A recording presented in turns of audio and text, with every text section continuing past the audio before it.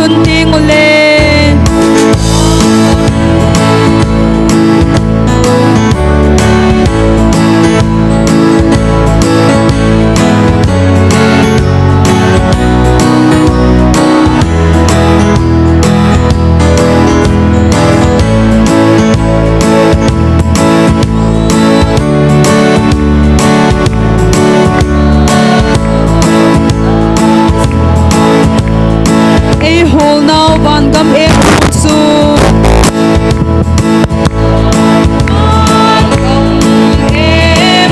Chen na dingu ahi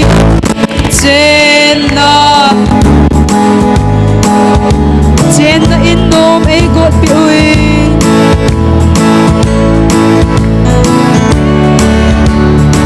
Don't sort at sul talaw ding Bangam ihunting ulit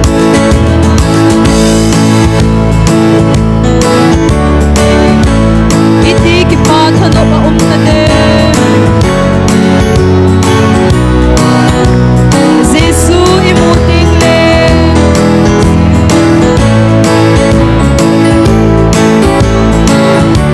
Kasola sa iaw le diw Imova to man ko'y sao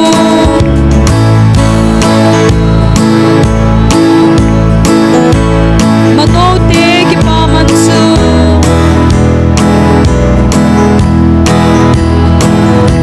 Doogim na itsay ting amel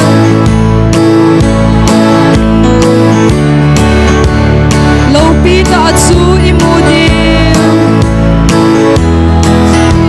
Bangam ihunting le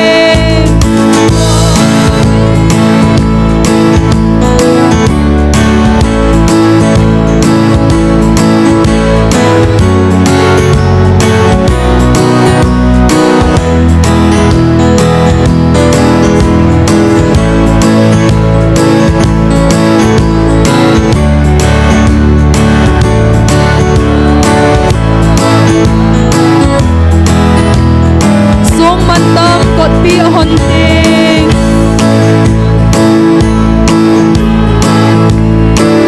Ban ko pisong nom emsu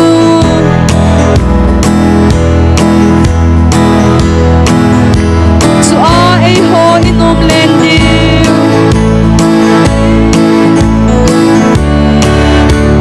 Sung ban tol pia itsendiw Ban kam ihunting ulit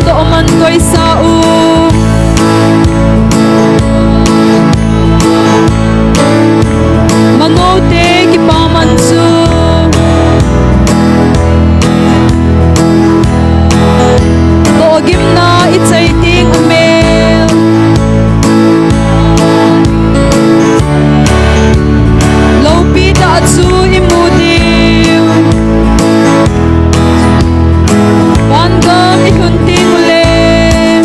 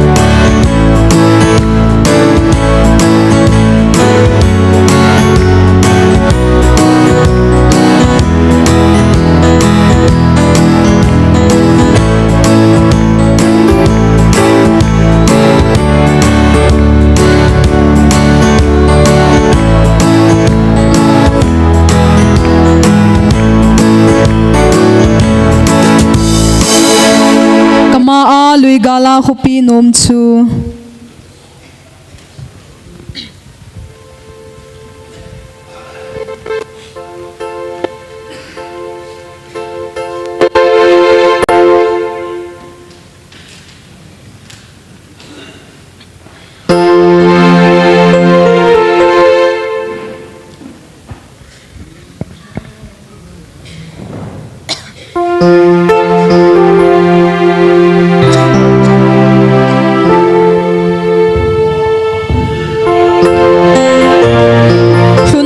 alel khopi hoi chu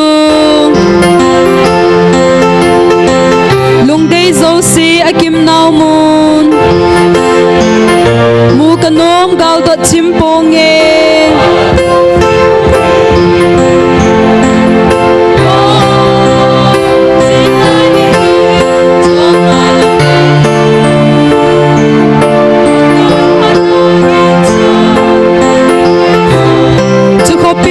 lam su zon singote khasam lovin chi singote galmon na ding mun lo he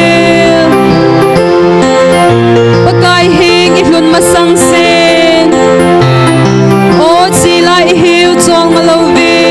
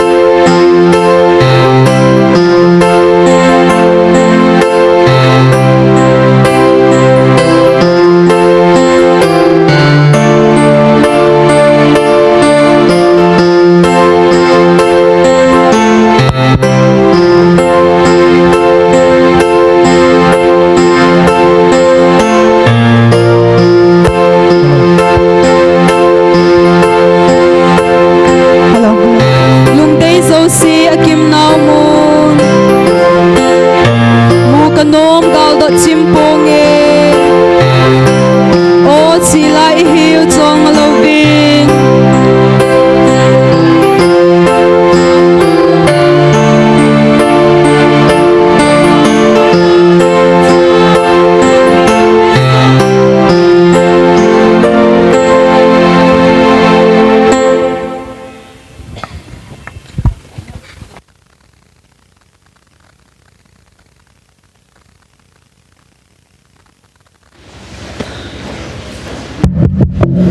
ประเทศว่าสุยไลสาวจงนูมินจงเละ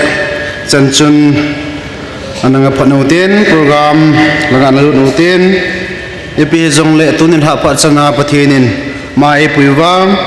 ตุจานไก่โคมหอกตูบเกจจิตเทดิงามจีวินอภันในจันโอประเทศเฮจินประเทศทางวันอพิวเตียนไบเบิลจ้ามุนขัดสิมโดยเกติงสุบันติงโปรแกรมหอสิมโดนเนวเตียนรมุงเกตจางสมลิกินนาอินสิมิงเอตุลายตัวน่าเฮคนงายอิจันดิงูโลปีน่าหุ่นกิลังดิงจุดโตกิกดหอยเทมินกันไงตัวป่วยประเทศนี้นะทูสิมโดนเอาทุนีปันพัดเทบุปิวหันหลังตุนหายกิมันจ้าในเดียวโปรแกรมจำจ้าสิมโดนในอุเตนิลาไก่ขมน้ำคอนดักเตอร์มิสเตอร์ลมคุลุนไก่กะฮิตเอ็นPresent worship ECA Center Choir NAB Tawin Thangba na taw na mangding upazam phugin hauki monum MED Chairman Hinten Zubanting le Phanong MED Secretary Hinlanten Zubanting le Amag Saiting le Wasoila Sading ECA Center Choir Hinten Zubanting le Greeting Message Upademang Executive Chairman Hinten Zubanting le Wasoila Sading Nu Tinbem Donger Hinten to say ding Reverend Gin Kusir Smithson Executive Secretary ECA Hinten Wasoila Anam Kin Hinten Golhang Dedem Ikhanataw Upa Lun Kuthang Itu tu jan ke manca anu program hin EPS zong letu ni si bongwin thangwa na taw namang dingin upa jam khugin haukip murnom MED Chairman manaka ute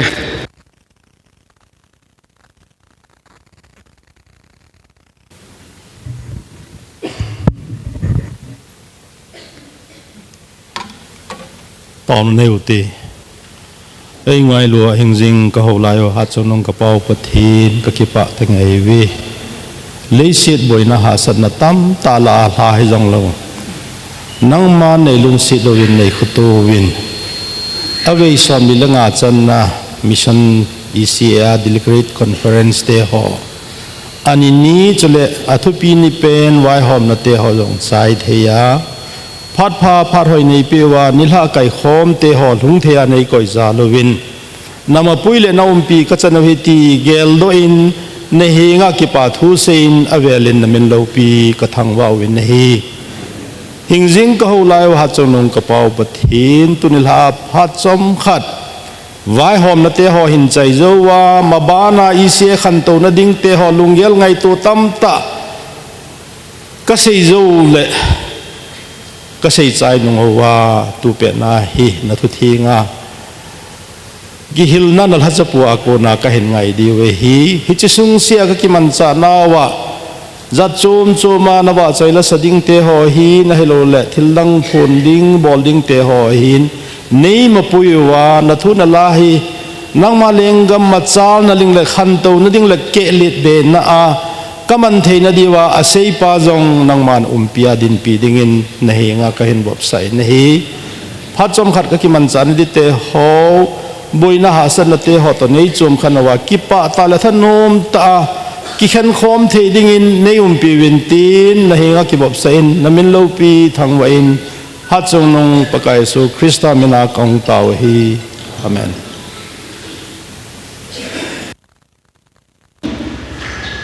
กิปาเมนมุนตะตาวนะมันปิวปาสุนกิปาทุเซวินตุอินพาดนองMED Secretaryมาโกตินจิโซโซเลเซ็นเตอร์แคร์ฮอลล์สดิ่งนิกงสันโนซุนกาเขตสาวเว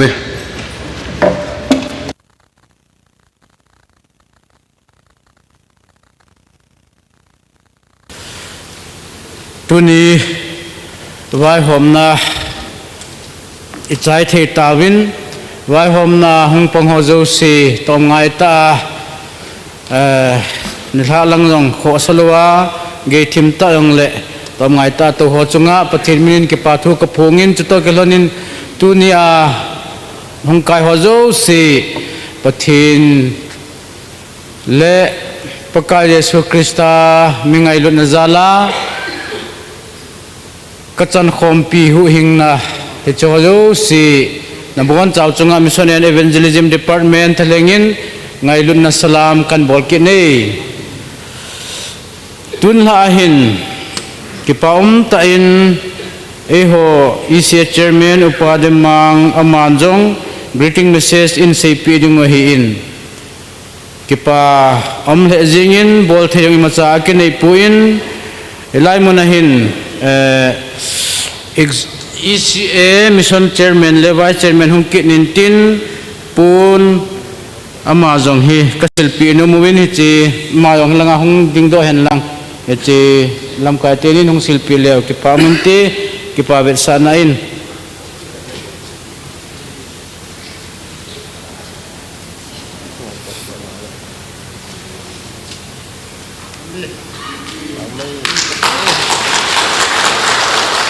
อาบานกินาตัวคอมปีเรนเอลบีงามอามาจงฮีอโคดุงจุยตุยบง ECA เมตีChurch Pastoral Ministry อันนั้นโตจริงๆฮีอินตอมไงตาเก็บปาเวทสานในจียงฮีกันศิลปินมกินเว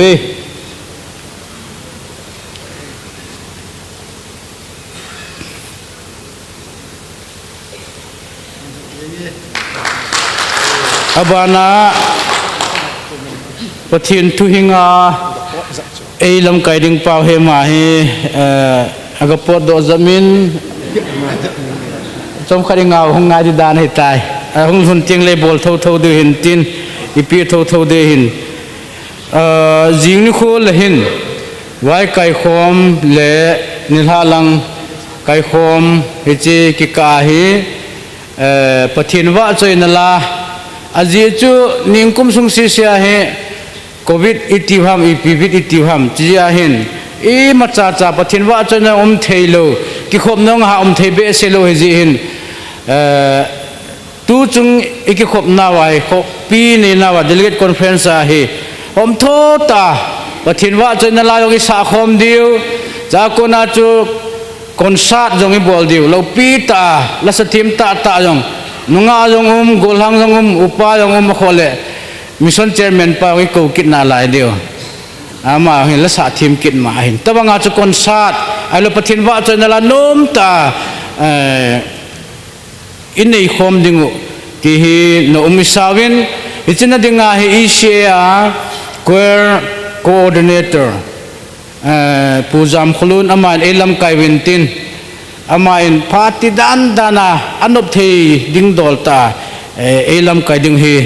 อามาลองกระเฮ็ดเส้นสุดท้ายเลยจิงเลยitu bangga tu program iman dewi tiang cakap pun donomin sudah kilon nin es wauzang hubungin zong Sunday school building project adengai jingwai le beds anjoding wahin ikini phal nakam khamwa atamal hom chu maho in ingap zat janwai ke phal na zat janwai piding wahi tipa chu yan lang sudah kilon nin khusunga khutul hubung itizibin hubung chairman pa upa NT kama amazon hong ki khomin jesu minin hong ding do han lang ikunuga abengote ki pavel sanan abana yin hubung secretary pa hong umloham amer pulet khulun umam pulang umziha itida na chutiha hubung secretary pa cho ap yong le aumi ilawa ti pa cho ga heutin tuin tu jana pathin thuinga ilam kai dingu ruan gin khusim executive secretary chi mission chairman pa ma ngen lang chi yong pele phante gi wa dingin ama yong hilanga hong ding do entin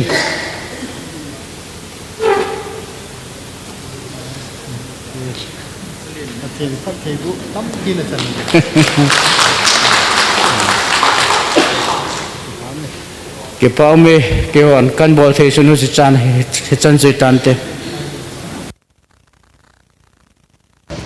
ga ger sa lo khole press o hop do na secretary pu ne pi win to in wa soila studying center queer ho amona ko utin cheuting le greeting message upadem mang executive chairman in aman pha la pi pe din ga ker so ve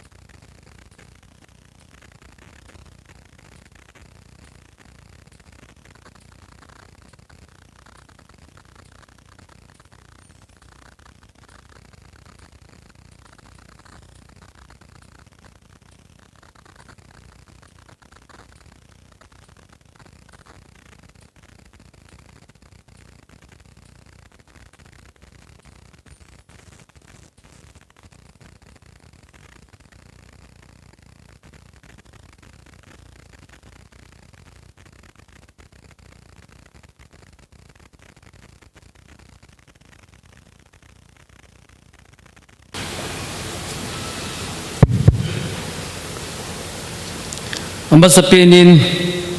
ตะบองพัดมันตำพัดโลปี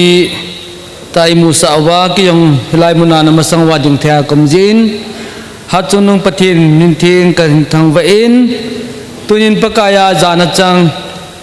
เรนปาสรอยตานลังจุเลอิเสกำไกเอเรียสมนิลังอาปนาหง delegate member ฮอเจ้าสีจุเลไอเดินปะกายาดิงาทิงมาอเลียงกำนัดตัวนาอเลียงพิเลียตัวคอมพิฮอมันจมเสร็จจมมาปนาหง missionary ฮอเจ้าสีตานลังจุเลอุปากจันคอมพิฮอนุลปานุงากุลหังจุเลลายหบุงลำกายฮอเลสารลังกิ้งละกางปนังขอมาโจเสนบอนจะเกวินเยซูคริสต์อามินินไงหลุดนั่นแหละกันลิมนาวจะไปกันเปียวินเฮใครดิ่งไงทุนกิมนิลาตบังหินจานที่ท่านคงกิขอมเทปุนทุจุฮีอักเสดานดุงจุยาจุเอสเอมุลหัวลาปังดิ่งไกวางาฮีบุลาปนาปันดิ่งให้กันกิยาละนักกันหินจานที่ละจูทุดานาจุตุลายปะโหเลอินกุเตหออินสุมิเตหออินบาร์เดย์โปรแกรมค่ะอีกุนปีเป็นให้เลนี่ละให้จิตของตัวที่ปุ่น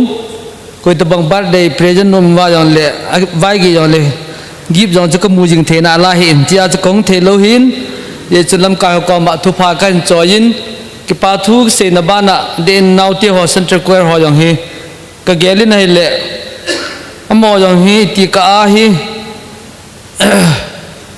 อร่อยกุลต้องกิบไว้ตีกายกุลหัวจังไอ้เอลมันไว้ตีดิ่งหิตามตีขันฮีมุนตินะหินจิลาไนลาสคริสเตียนยูเคสนะดิลิกันอาจาววินอบานเลอีพีเอฟดิลิกันอาหงจาวคิดวินอีพีเอฟไลท์อินคอลมุนลินหบุงทะมดบุงกอมาตาริกสมทุมละขัดจันวารีนายกลาลุนีวจังขบปีอาไปหงจาวคิดวินตุนิลายาหงกินเลววินตบังอาฮิเกลอินละลูพลุฮิลาฮิตบังอาปะกายเลงมาดาตอมปนนาวฮิเดินนาวเตหอเซ็นทรัลแควร์หอจงจังปะกายมินินปาจัดนะเลียนตาจงว่ากิปาปินทุกันพงเนเฮตุนิหินทุเสมาสัมปุนิสิลปิกิดวินาเฮเลกองกิพลัมเจเจอินฮิจงเล่ลำกายหอเองไงดุจาลาเกมาจะปังใจยองละในจาบอลนอกเฮอินอดีตโปรแกรมคอมมิตี้หอจงยังกิปาทุกันพงกินเนเฮประเทศจาลินหุบุงฮีคุติตำลอมฮิจังเลหันเอหอลาสทุกมาว่าในพอยน์นิงคุมลังอาเอเรียพาสตอร์หออินสถิติอันละคอมดุงจุยไว้หุบุงจานีเลสอมนิวัลลังฮิตาวินมีหิมกิสิมนาจังมีสองสังสมลิวัลลังฮิตาวินจะเละปะกายเลงามันตรงดิ้งพาสตอร์หออดังเอเวนเจลิสต์จังมีจะขัดวัลลังฮิตาวินประเทศนี้จะในผู้หอฮิเกลเละอโลปีเลจิงินอดีตตุนียมีมาสหอทุกมาเป็นส่วนดิ่งหอจานที่ต้องเป็นส่วนนั้นเกลูหันนั่นเละอลุงหัลเหดิ่งกตาสนินไอจะปังจิงหอกะเกลาจังเฮไอมัวกิเขียนหอยประเทศนี้ไอปุยนหอฮีประเทศละก้าวที่ปีปุยหอยจิงหูปุยมองเวทีฮีอัฐนักกิมุนละเวียนประเทศทางวันมันลังจุเลเอหอหินเอหอติเตียงเละอีเซียหออุลนาขัดเลนีเซียโลหงจาวนันเฮทีมหิตินอีเซียดิลิเกตคอนเฟรนซ์เอจิหินมีมาสอบประเทศนินวิจอนอันเปียหอเลขลังอาดิงาเลสิทิมนามอลตาตาจังเละเอหออีเซียวิจอนสเตทเมนต์อินเอวินฮิโจลาจุนอาคันนัดใจเละประเทศละก้าวทิ้งปุยจิงหูบุงอันนี้น่าจุนเละกิปานุทุพะ gospel สิพงจิงหูบุงฮิดิง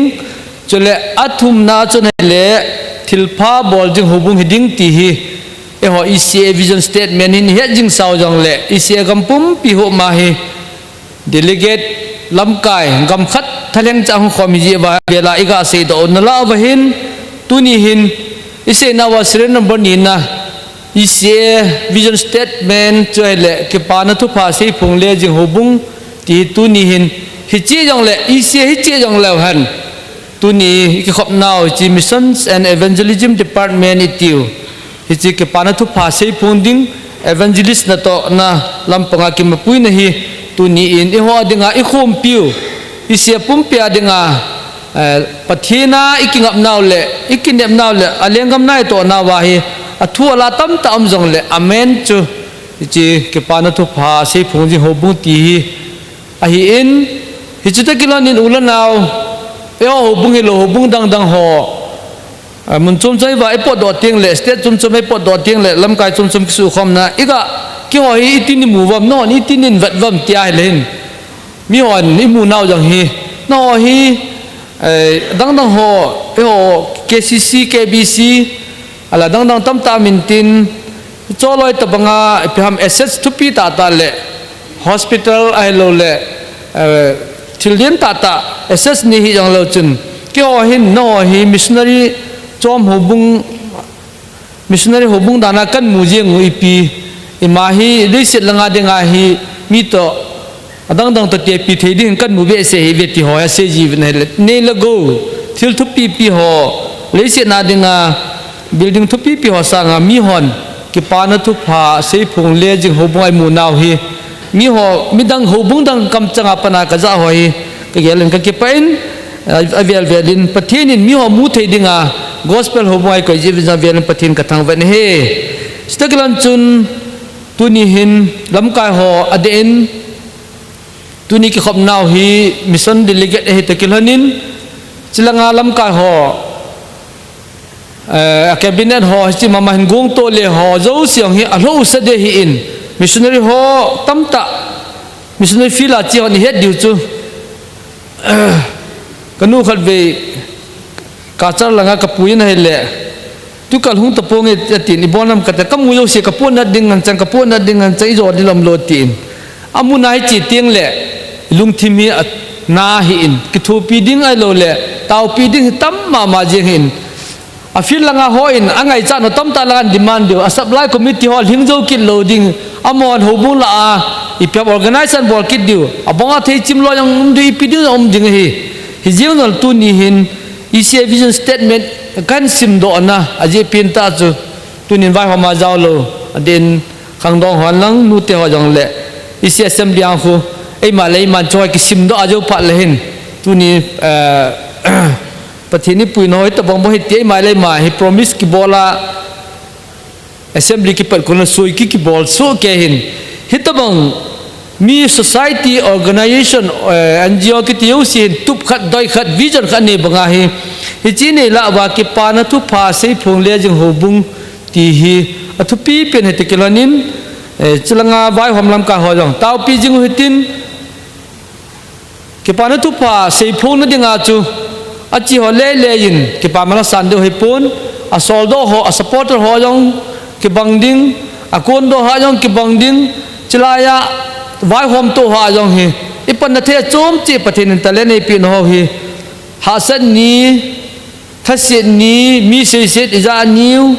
ai lo le elung ha changai lung ha na se ding the lo niu missionary ho jo igan the niu ika ni wa ipau ki ba pin sign lang ika huding elo le ki pa ni se seri bor pi dum lo hela gan the asai to naw jong le thasam lovin pangjing huitin tunia mi masate ho pathinin vision anu musai pui naw ECA hi pathin lagao thing pui jing chule thilpho bol jing ai de de ki pa na thu pha sei phung le jing hobung ngai mu naw hi tuni khang tha hon jong ha ta pan la ding le tuni lam kai hol le missionary ho evangelist so avai kun do hazo siang ha sam ni phun ni ding thasit ni ding ito mun nga anum ni tam tam jong le thasam lo pang jing digin mi pi hon taw pi hutin pathinin no hazo siang that na pi han lang isia helisit uma pakai krista hungkit ka sia dinga alengam na to na hi thagau mang tha hu do jing hobung jing thedingin pathinin mission ke vai hom na le mission le anoya ba ka hazo si phathei bo ta han ti chaina thu khana ka se no min te ka ki pe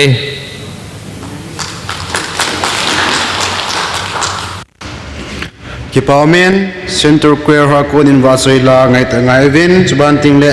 greeting message lam kai pa ko ni ngai vin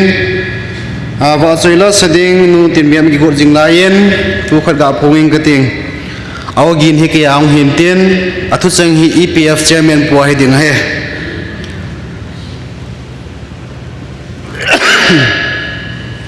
EPF tàu khom item bung him atha cái sim chu EC office bunga book roma la the tai ti pa chu EPF chairman pa konin her sana ne yen hi rupees 20 ala the tai ti chu hi chi EPF tàu khom item book chu office samu pan the tai ti chu man chu rupees 20 hi ding he tuin program du zuin wa chela sading nu tin bem donger ama phat nu piute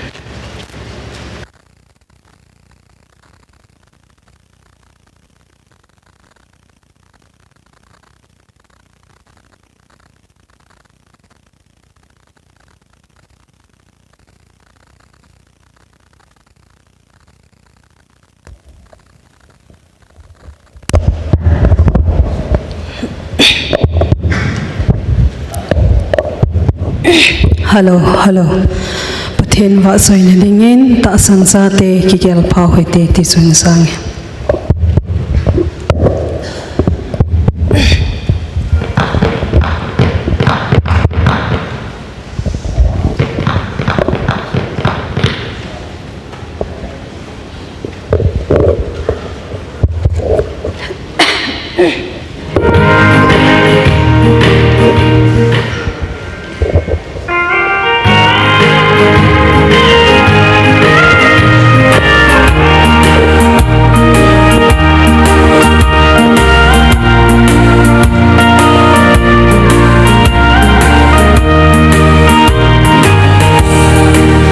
San sa te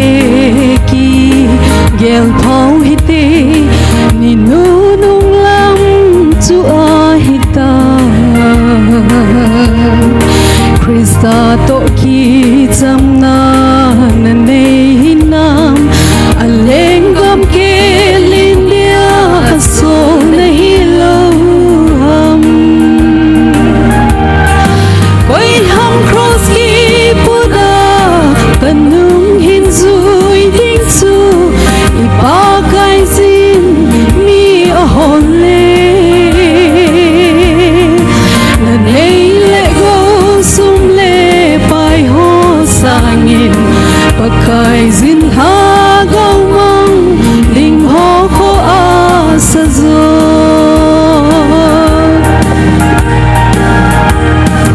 lei se thila ding lai de hing na hin kho hu hing zo ponte na boy pi ding til kho khata aleng gam ke lin dia sol na hi lo ham koi ham cross ki puda kanung hin zui ding su ipa kai zin mi a hole na nei le go sum le pai ho sangin pa kai zin ha go mang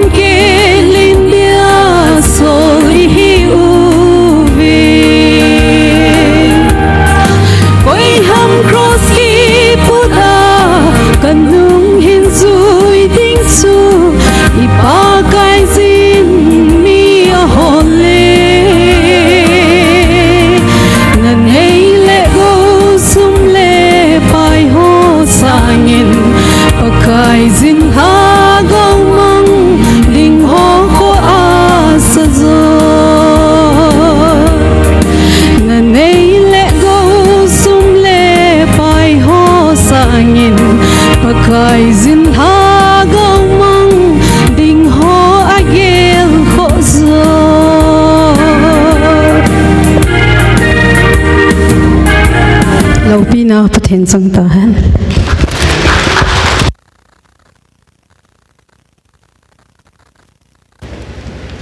Wat soila nai te sa pio mu tim biam mazilan pathin thang ba oven echi azul langa chong ko so ma khan ham chi so ma khan na khai min thang ja thum le som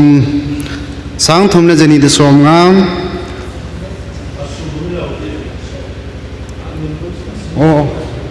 sim lo din na anin lo na khai min thang es pau khumang ting nei chong ibom cha che so ma khan tu na hong lu na in tunin ha thu CPD ranking kusem sing soon executive secretary ECA ama in chojo si yong so ma jong hin han na to aphat loading in ama phan bi taute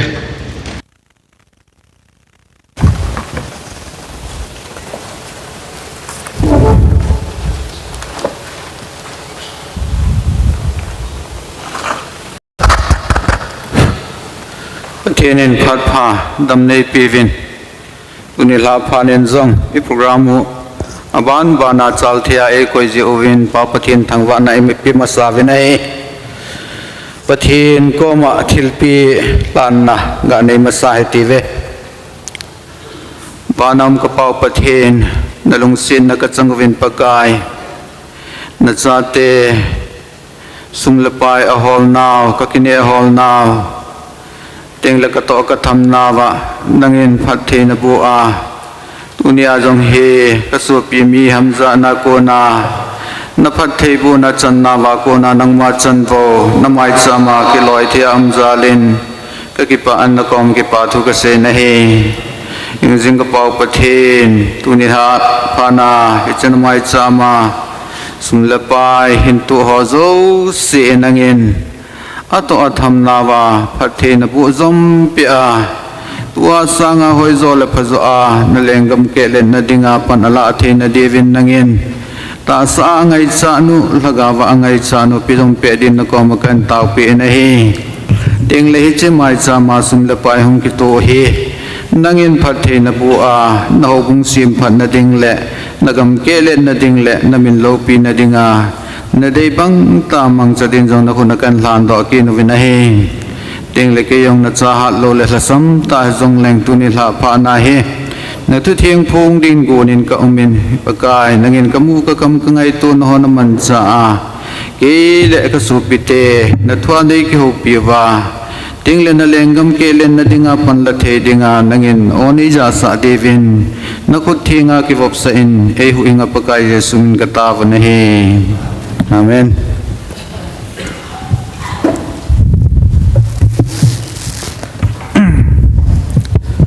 Ipam kasain tuni nilhahi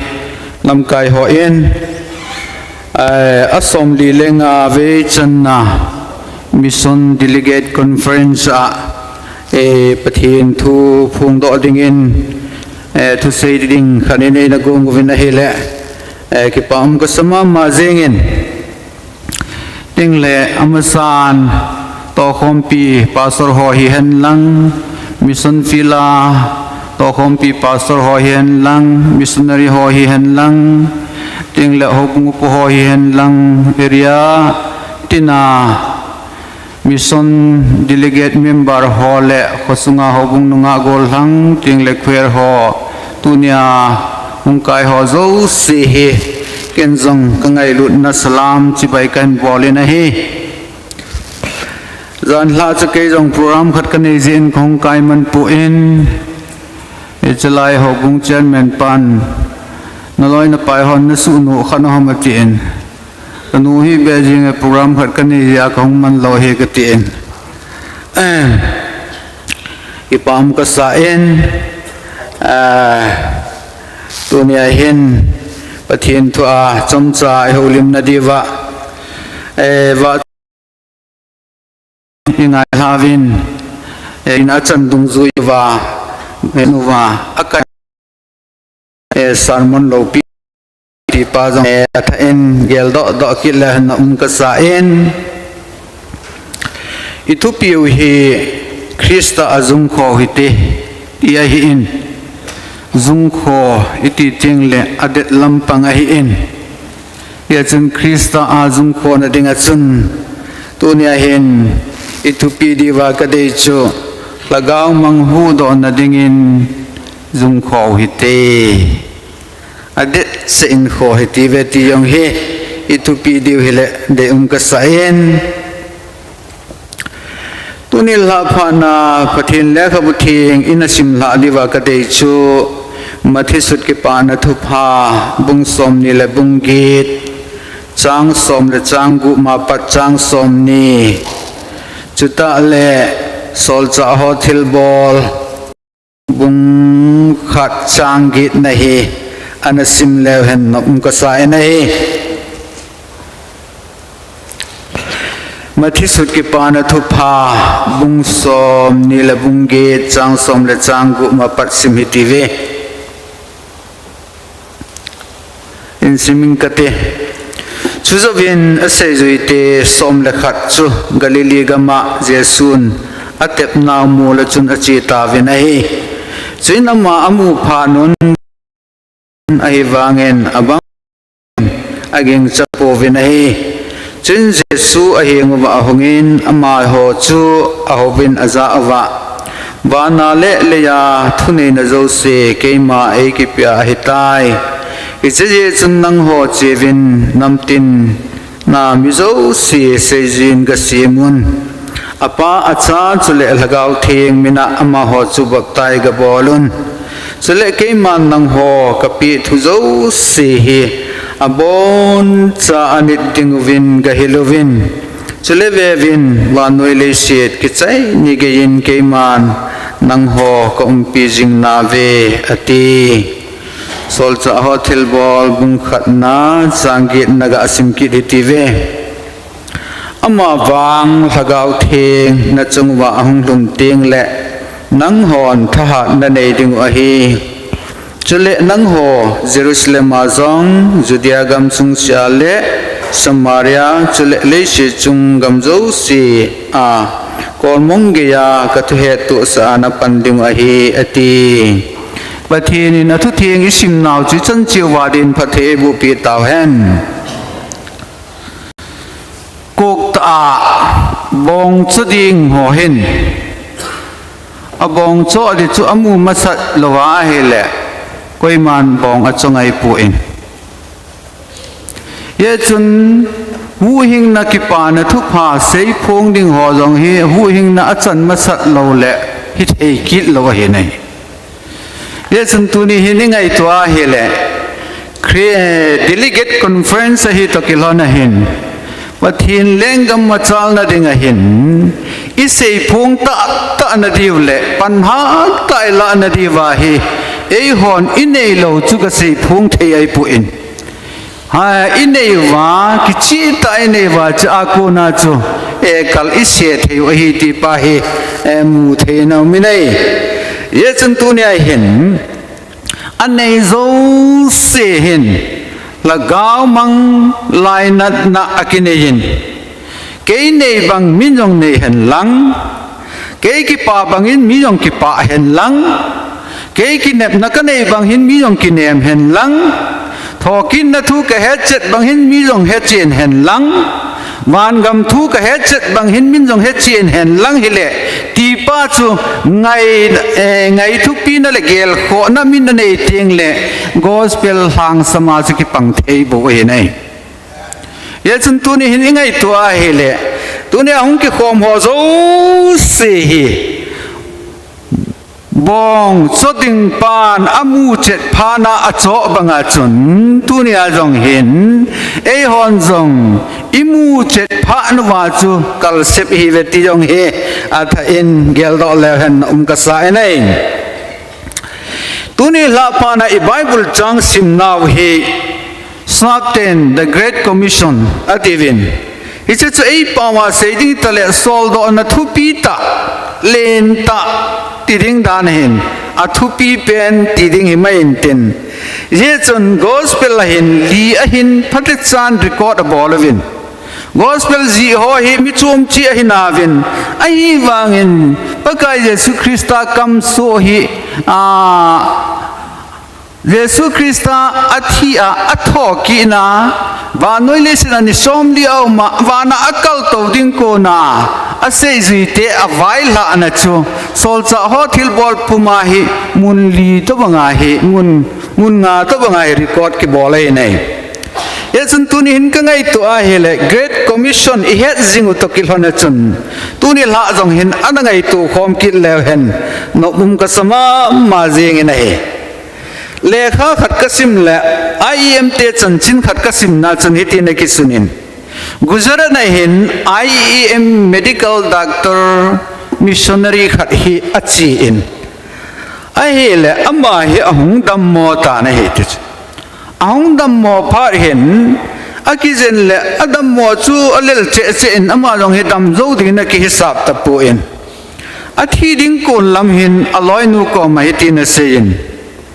ke hi dam so taloding ka hi in kathi a hi le gujarat gami na da la loading ke to ban hi nain to ding hi ati in avai lai nei ai lama jong hung thi ta ba ta in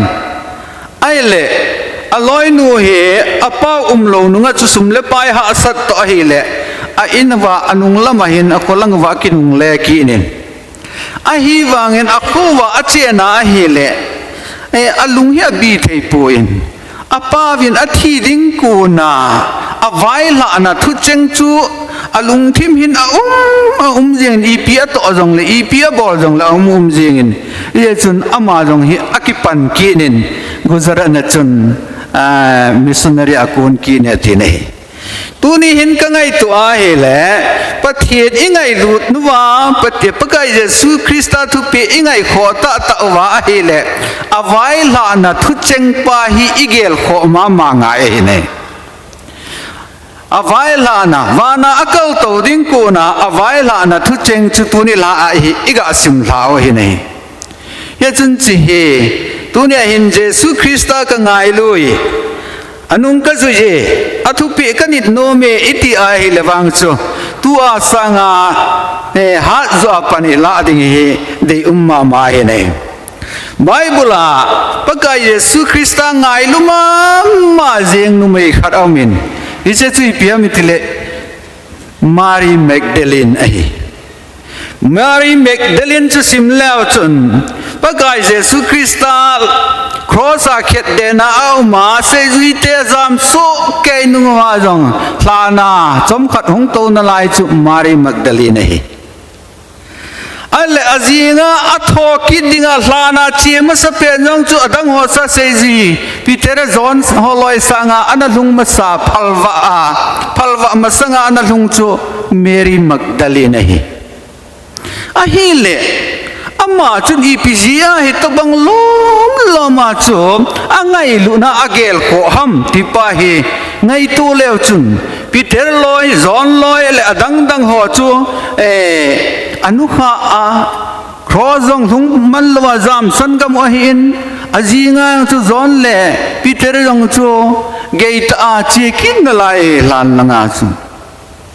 ka ngai tu a hele angai lu na je chi pi ham miti ai le adal hanukha pe na pang alhana chi masa pe na pang ipizi in Mary Magdalene hin ko chu simleu chun paka Yesun asunga thilha avok thilha sagi ano do pi ai thilha khat le yong chu boi pi khop se re sagi na boi sagi asunga omahi hicha sagi to atholel ma jeng paka Yesun adel do pi phat chun nom asabe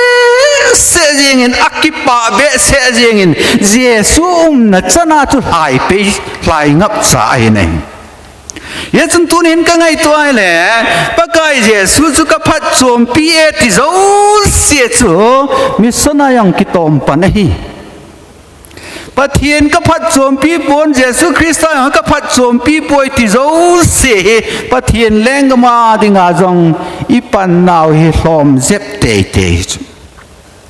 I phat chom pi ho dia phat ki pingak cha hi ifat chompi lo ho adia phat ki pe ngak chalo hi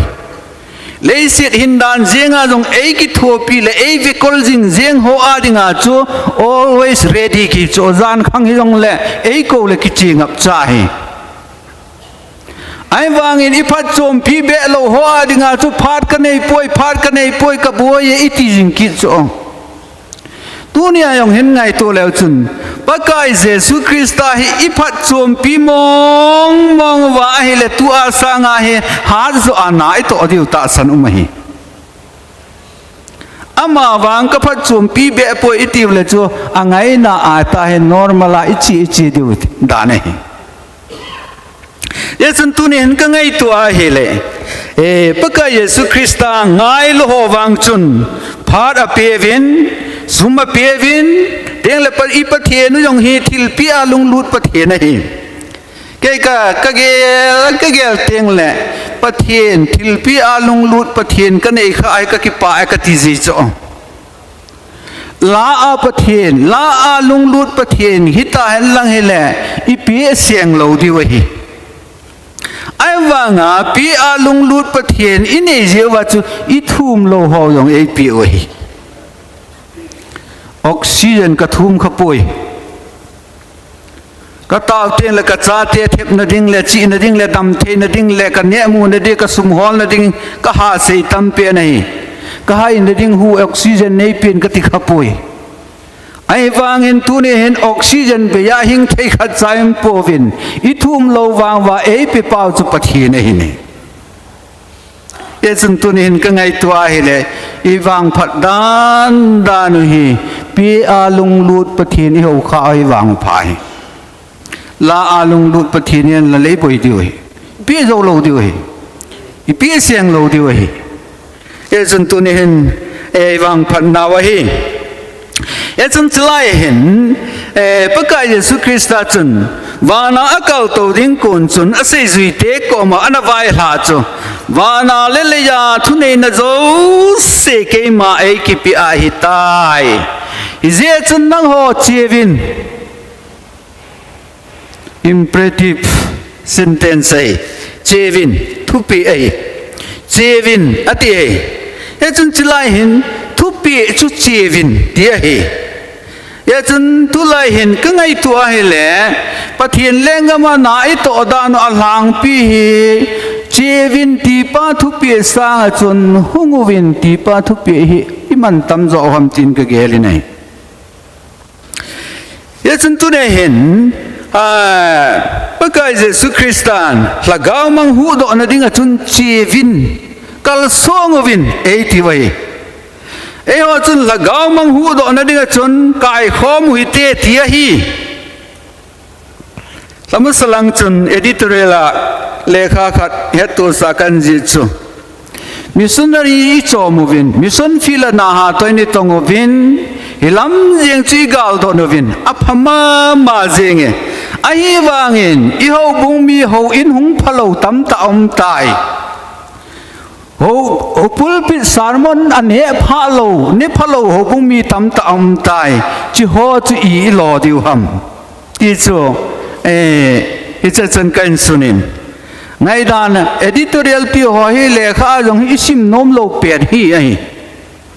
ki ve pe be lo dang ho chu ki phet na thu pi na ingai nom hi lekha ki sim ji hi ni ai wang in newspaper ho yong khu editorial khu paten sim le chun chi na chu news dang ho sanga opinion miching ta hon lekha aji ngai dan aji ho pa kho chichu ka sei nom pen ai poi tunen ka sei nom pen chu tunia hin crusade program revival program igong oven hobung tinin da ikhen wen program a phat tai ni ipan oven program I the za oven ai wanga aki khom ngai iki khom wa ahung lo ho hung di lo hi chutia hi ta le tunia yong hin ngai tu leo hen a fil lang chu ingai tu jing lai wa chu I ho bung sunga ho yong chu a la sam le ho in don ta lo ho chu e igel pha ki lo wa he le I missionary na to yong chu fail thei ki ye chun chiwin ala sam gavil pe kim talo chu hungwin ti bo chu I thanop naw chu ga chewin lang ga taw pi in ga til khowin ga taw pi in lang ga pujin ti ho hi e ho atam talo local committee to kho mo jong le budget to crucial ho in program ding bo hi ngai tu naw atam zoi ta nei ya chu in vil na lampang hi e atam ta pu nei ka ngai tu in he le bel ka chon na mi khan nei sei pi chu hi ti nei sei pi no pi khanin ka chapa bat de in ho bu pa pu ka ga ko vena la ka boya ti in ye chon ho bu pa pu chu ka ki ko ki le boy ki din te ka ti in ka in sa pa ka ko ve taw na ka nei sa ji tai kum si in ti nei ka ngai tua ele so pi te ho hiti to banga apul pit sermon zinga ikinga agonu mai le e ho bung le lagaw mang hu do na ringa hi tam ta pan ila zo lo dinga hi ti pa hi kalungeli no min hi ding le pasur ho yong chuti ma chun mi khan na sei ki chi pi am ti le pasur pavin kin na ne wa to ding kin na ne wa le in ko win la city lo wa la kong lo thei lo de he tin ki hon la ko lo ma la hong lo kum lung tai ti chu hizia chu hoi lai I to na mun ham khat len le a chu pathin na to ding I go no wa I ho un sung le I committee sung le a pathin na I to go no wa he le wang chu chewin kitipa hi e ho a dinga chu e jesu christa thu pi chu I zui lo ti nai chewin ti cho hungwin tin ko khomina ti lo pi a chewin lang amuna ga seung ti nga chu tui tha ngai mat ding le laya ko na ko walen mat the puin amuna ga cha len sia mat ding hi nei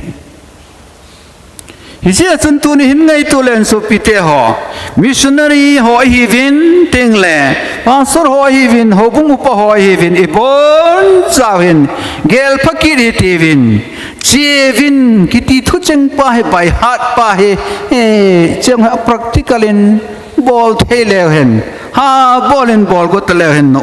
ma jing in ek sai na hi ye chun aning koi ka building ding le tau pi ding til kho ding tam tau mi nahi missionary feel ho along in tinai chot lowa he le ithu sei chu ko in hungai pi da ha ahong ki kho ma hung ngai no mo chu christian ma hin tin da dang ho la hung sam pon tin izia chu chi ding hi chi vin ati pa he e che hi poimo ka sama ma jing nei ye chun chiu hi te sumle pai nong chiu hi ti vin ding la thu sei nong chi hi ti vin ding le to na to nong chi hi ti vin pathin lengam ke len na ring hin kal sung lew hen inuma ma jing vinahi ting le pathin hin pathin lengam ma dinga ikisa ting le pathin hin ichi na ding le amun la mol jong hi e na hil ji hi pasal khat america ko na missionary khat angin achi gun aw bung ho le alam ka ayin ko te chun bangladesh missionary an chi go chu hoi lai mun pen chu apoi mo pen hi hedi lowa a bangladesh ala chi ngai lowa hoi lai a chun ga chi hoi lai ho la chu thu na ga sei da ma ti in ka chi a hi le amun ding ta chu pathin lagaw thin e hil ding a hi atin missionary a ko ne ti chu ia chu kun do hi ti ve chi hi ti ve hungun tin ko ta po hi ti ve chi ho zo kal sung hi ti ve ti pa jong hi e tu ni hin iga sei nu mi nai ding le sei ji ga si mu vi na ti na lai he ko hi jong le e che vin nam ti na mi zo sei ji in ga si mu vin sei ji ya ga sim iche in a sei num penchu cruset ibola khut tung atam ji a lo linga ki poin a lo le amen ti a lo li atam ji a lo linga hi poin pathian thu za ho chu seizuya sima pathian thugil het sa hila ting chul ama hoyong chun midang amat thena ringa chu pan la ding he ti hi ise chun tunya hin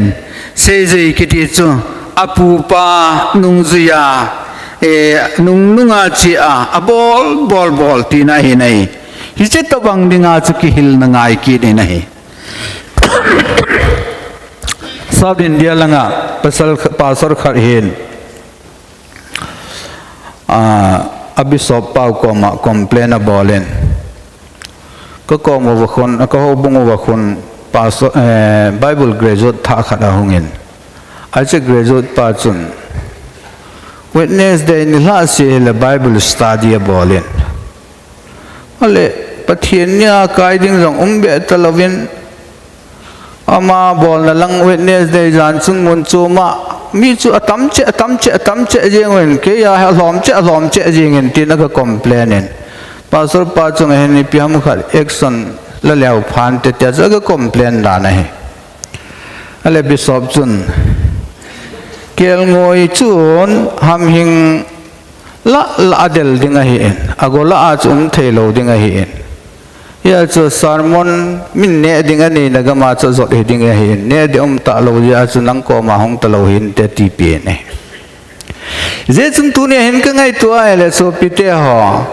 mission field I hon na wa jong hin pathian thu a tu lut phu det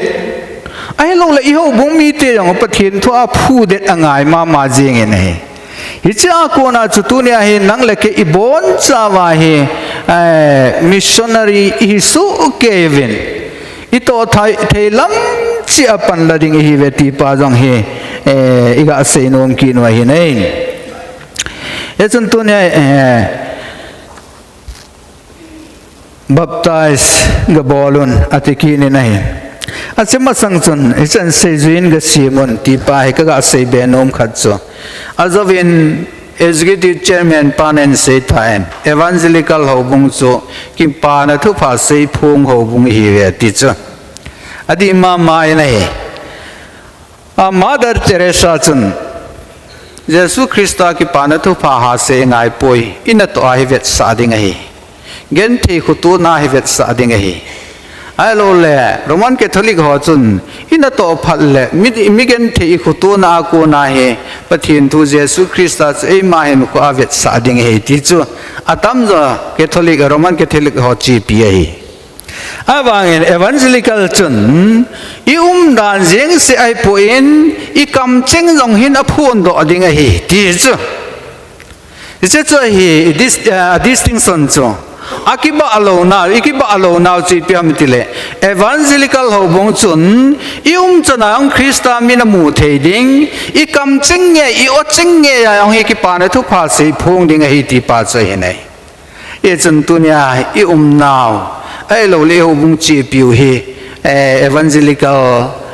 doctrine itiu ding le I chi piu hi Christa ki pa na thu pha to ki tu ma khat jong hi ti pa jong hi he thei na mi nei ga Halloween ati nei ting le azuwa chun a chai na langa hin vevin ke ba noi le sit ki chai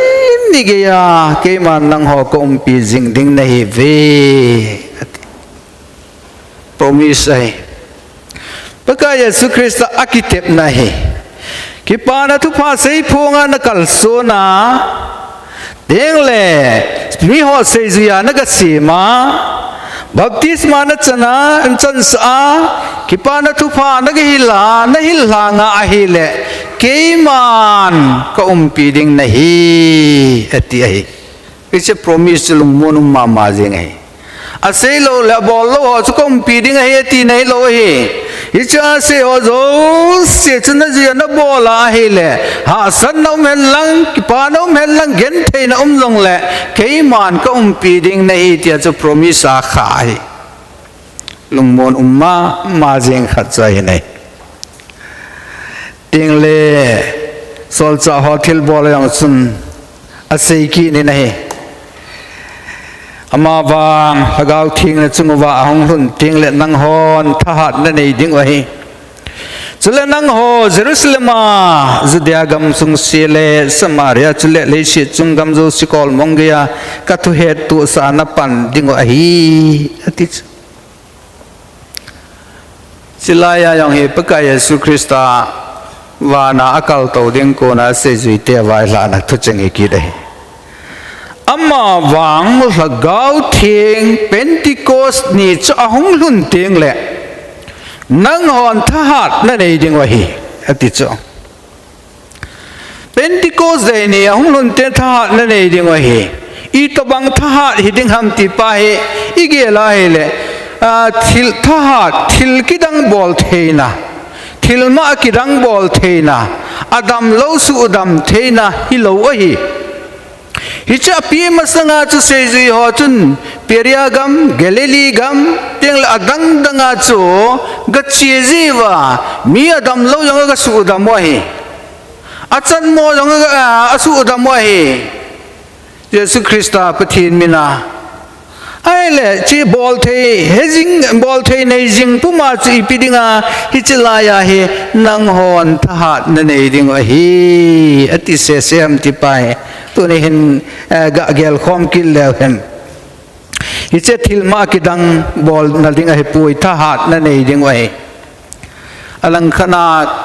min gospel ki pana thu pa adowa hat pol apu ha na tu cha dynamite kho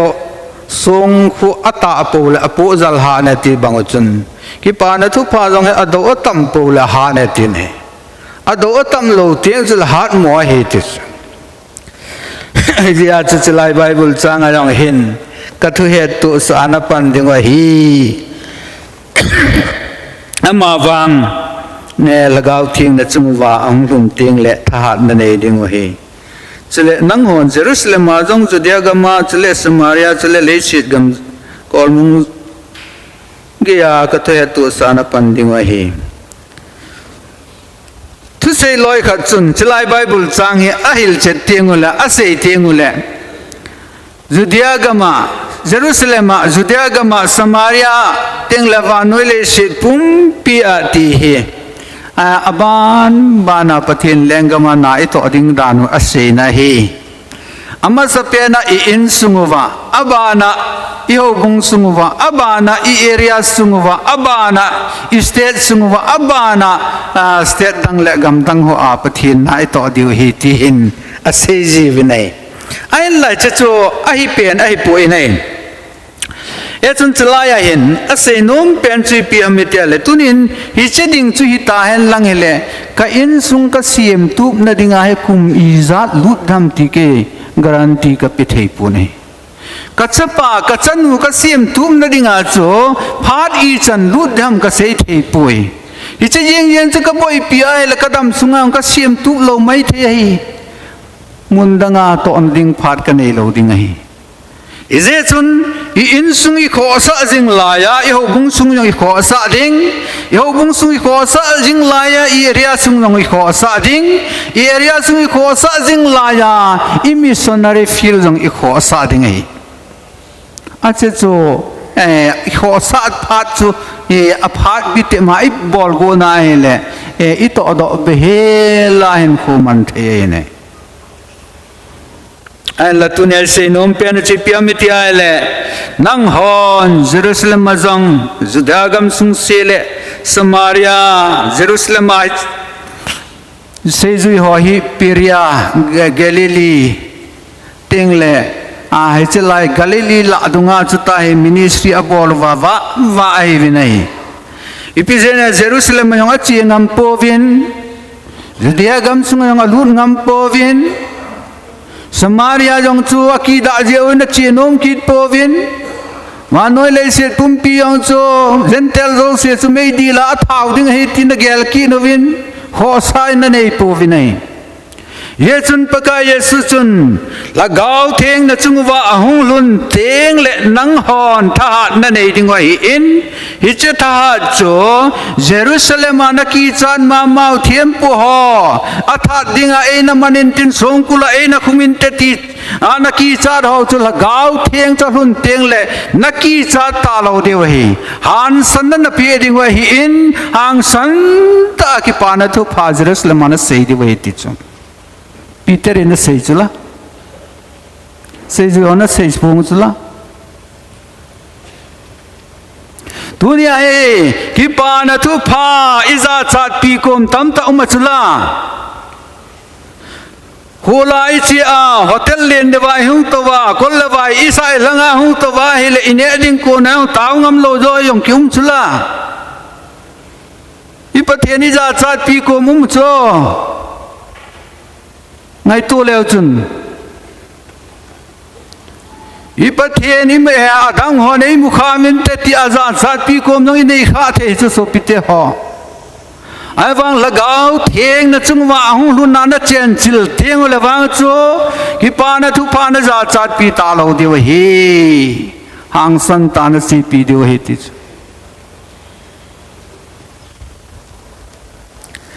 theng le Jerusalem ayang chuti ma chu hintin Samaria mix clan nam chom choma mix achate ti an thet bol ma yong cho lagao theng hong lun theng le angai lu zen heading sa zen heading theng wang wa chu lagao then na sol ding thu pha na ga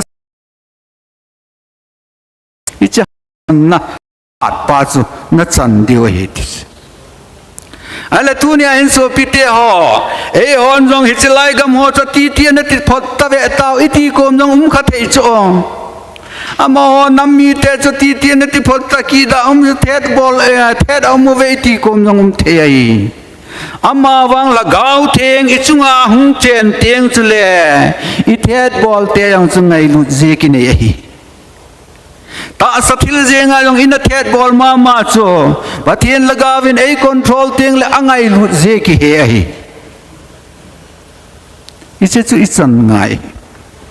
pathian langge lengam ke le na ringai chu ta le na gam zo sia kon mong ge ha ti chu Israel te chun gentle te chu ewa pathin nam le ni vin gentle te chu gon muna dinga athawa he vin a thing ke dinga he ve ti chu ngai dan sa chu ipi ke sei pi ngai lo hi ti hi ai wang en lagau thinga chu wang lun phanin Paul ke gentle te adinga missionary ka hi atia ki pilo pa chu lagau thinga na chen chil phana chu angai sa lo hon chu angai sa oi nei ye chun tu ni hin ngai tu le hin su pi te ho e hon jong hi che paka Yesu Krista thupi pa hi tu ni lain gel do ki hi tivin delegate conference hi to kelonin asum le pai abat zet jing jing nga iboi pia tu ni jan ha chun e lam kai ho in I chana to banga progress report abolam ti chu ka ngai man point ho ka sale jing in ai wanga tunia I committee wa phat sot la chu budget chu lagaw mang amanovin ki paum tave ti a resolution khat beang ki del khum lo chu o ikisim mona we poi hizong le tunia hin so pite ho I khan to naw jong hi sei kom koma sei khom kom jong ngai ham thi ka lung ge la am hi ne ka sei khel ne ngai samovin lang Yesun tunia hin delegate conference mission delegate conference hi to kilona hin gam ke le nadinga zungi kho ta diwa hele ei hon jong hel chi no nga jin ei ho mu bang mi ho na mu dinga chu gel kho na ne nga e ti pai e tunia hi e chom cha ga se the in ten pathin hi nga taw na hin nge ta taw te ban le le se la sunga thil zo se se ma ke hoi sim wa pakai tu ni la pha na he nangin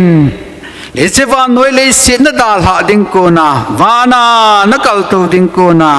na sei zui te na vai la na thu cheng chu kan sim la vin na sei zui te chu tu ni hin mu thei ho pi thei khat cham ta po hi zong le amma ho khut nung zui dinga chu ke ho zo seong hi sei zui ka hi ve ti pa tu ni a tha ne he sa zen na min theng kan thang vai na he amma ho thu na pi pa chu tu ni a he ke ho long nei pi o hi ti ne he sa zen na min theng kan thang vai na he tu ni hin pakai ke ho pastor ho evangelist ho tam ta in hungu vo ti a program ka bol sing seven a hung ngai ngai a hung in a hung lo ho hung zi pu in je chun nang in tu ni hin che vin nei ti wa hi ti pa hi a tha ne he sa jen jong na min thing kan thang vai na hin ke jong che thei ta ding nei se min lang ka to khom pi pastor ong che thei ding in ne sem din na ko ma kong ta ve na hin tu ni hin mi kanga thova hi le kamu diu khat sam poi ke ho chi a lagang mang man dinga kal sung ding ka hi veti hin he sawa ding le nei vai la naw thu cheng ho gel kho jing puma nanga ko na phat thei bu na ka chan ho jong mi dang ho na chan thei ding gel kho thei dinga nangin nei si mu to ke lana tu kuma Krista azung kho dinga ti to ke lana Kristan asim sa lim le mel pa asim angai lu ho hu do na dinga ama hong ki pi agel kho bang chum tu nia jong hin missionary alo le lagaw mang gel kho na zung kho thu che thei ding nangin lagawa nei ke pi din na kom kong ta ve na hi lo pi na chen nang ma changin lang se khil aval aling lel lelung sitai ngai dang muwa ka se kha haule na thu ting ka simu chu ka chan chiwa dinga phathe e bu pi divin e hu hinga pakai jesu min ka ta va na hi amen kondak phat tawti ki pawmen pathian thua til khona lo pi ta le ngai te se pi o speaker pa pathian in bana zong mang tu zom jing han lang suban tiang le athu lo pi ta ngai ho zo se agin ki chai ta zong le ho zo se ding pathian in mabana kal sun be thin pathei bu pi han lang mes langa in church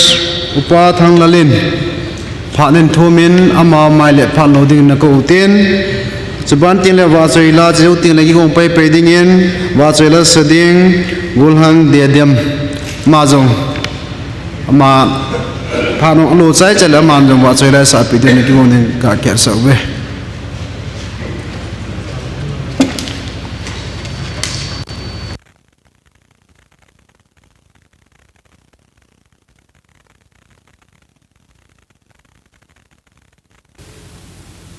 tu zan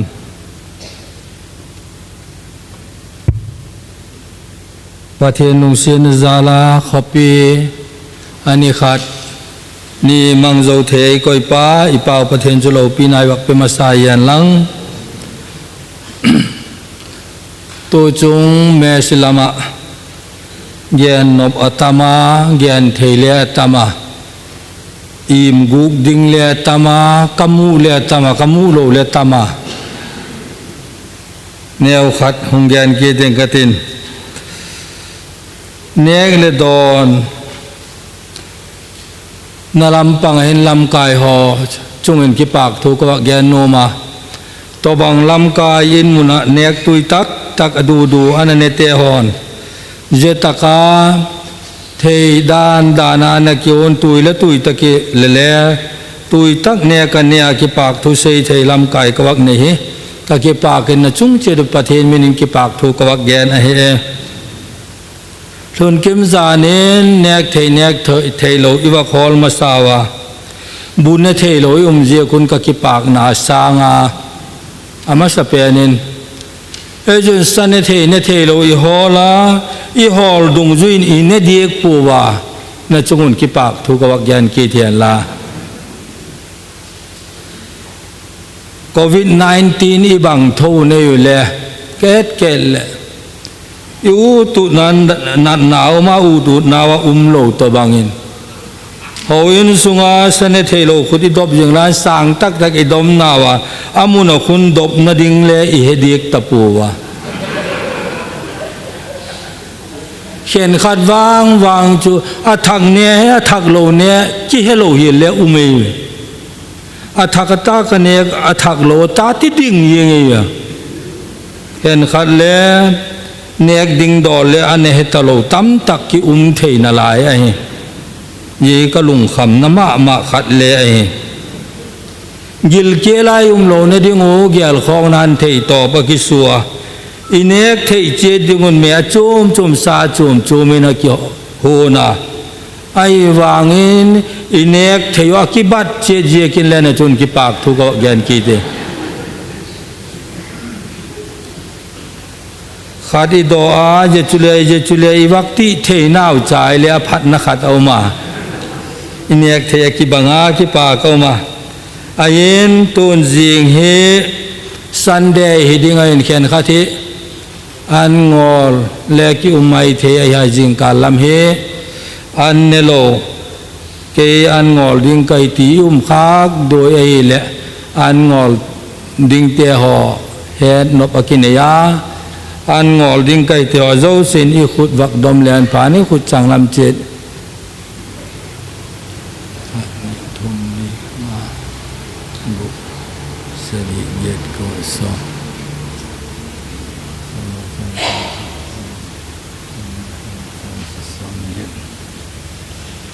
วักนอดทำไมไม่เก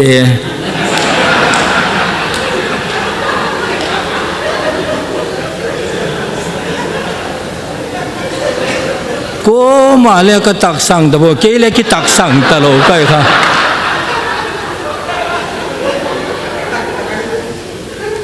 อีสิมงาอะไรเลตียก็วักนอดทางไม่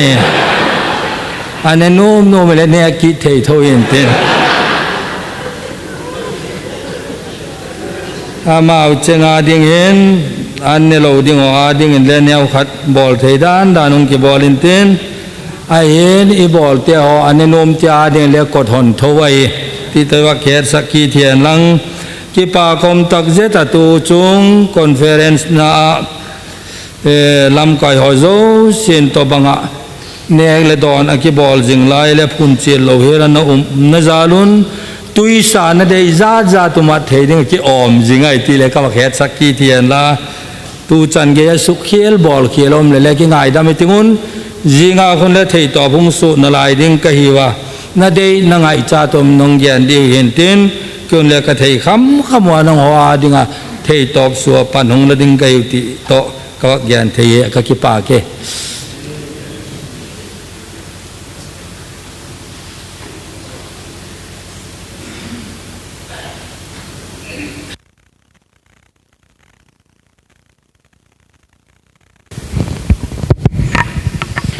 ประเทศ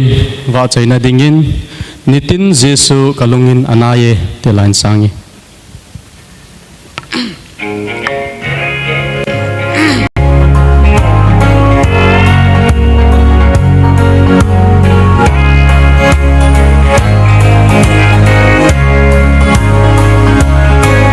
นิตินเยซู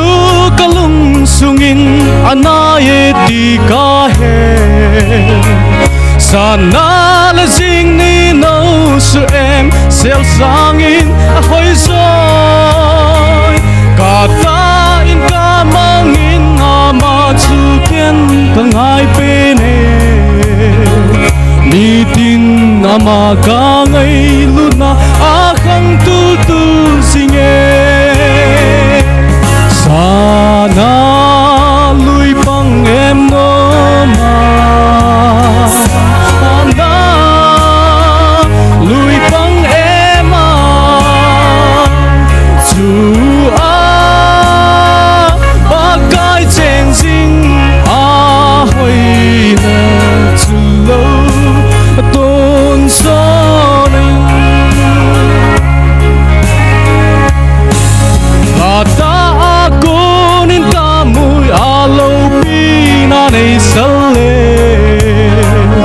Jing bal ba le mul hoi pa em sang in zong a em zoi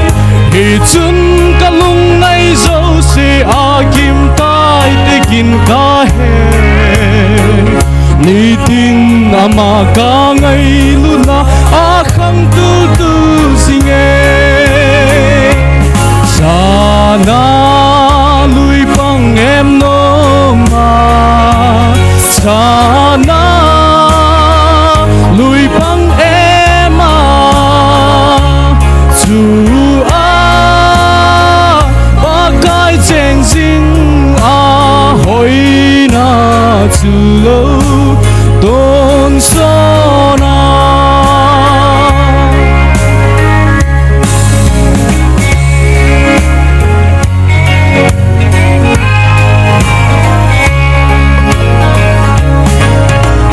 lung he so kom le aman ke ei hamon jing na a phei chunga ei pam min a khunin nei em bi ji ka sin ngai dam Krista chui ka ngai hi ta ni tin ama ka ngai luna a khang tu tu sing sana lui bang em no ma sana lui bang em à chu a ba gai cheng sing a hoi na chu lo a tun so na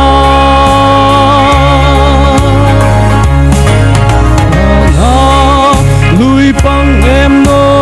ma sana lui bang em à chu a ba gai cheng sing a hoi na chu lo a tun so na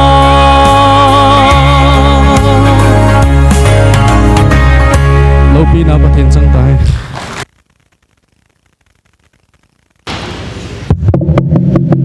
ki pau men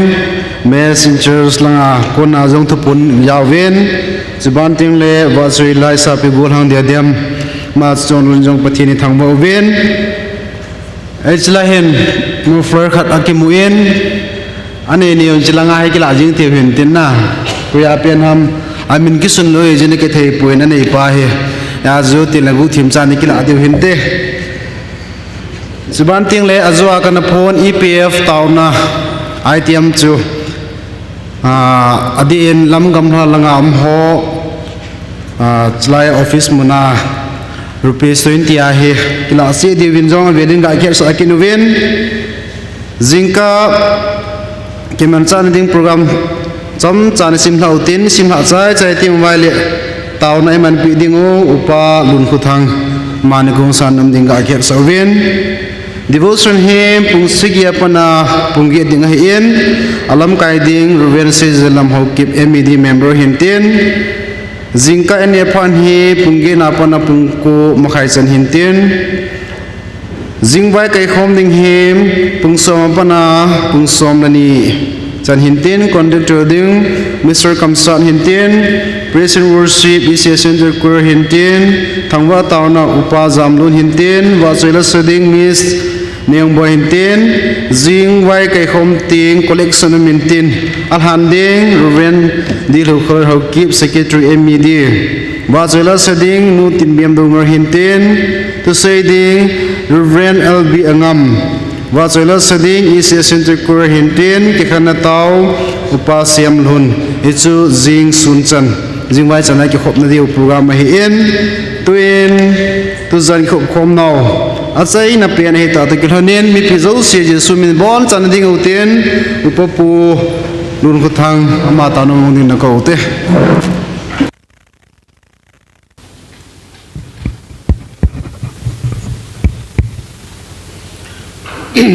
pathin ko ma na taw ti ve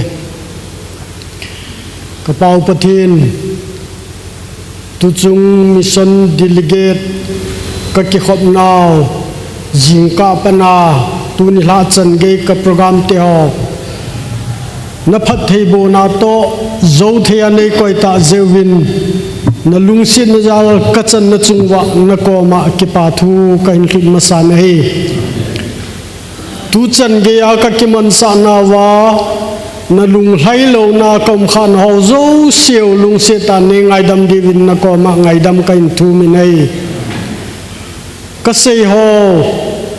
na wa choi la ka sa ho zo siêu nang man ka thagau lung chimu wa ki pan le na to thanup na nang main phat thei nei bu pi divin na ko ma ka hung taw vin nei jing ni ko ka program ho zong nang man ka lawa na program mi tabang hlung thei zong le hi chi program boi lo na dinga nang man nei chum khanawa hi chi program hi ke chai chan ge anang man lagawa nim piwa kachungwa thil se lung thei ho zo se to nei chum khan di vin zong na ko ma ka hung taw na lai nei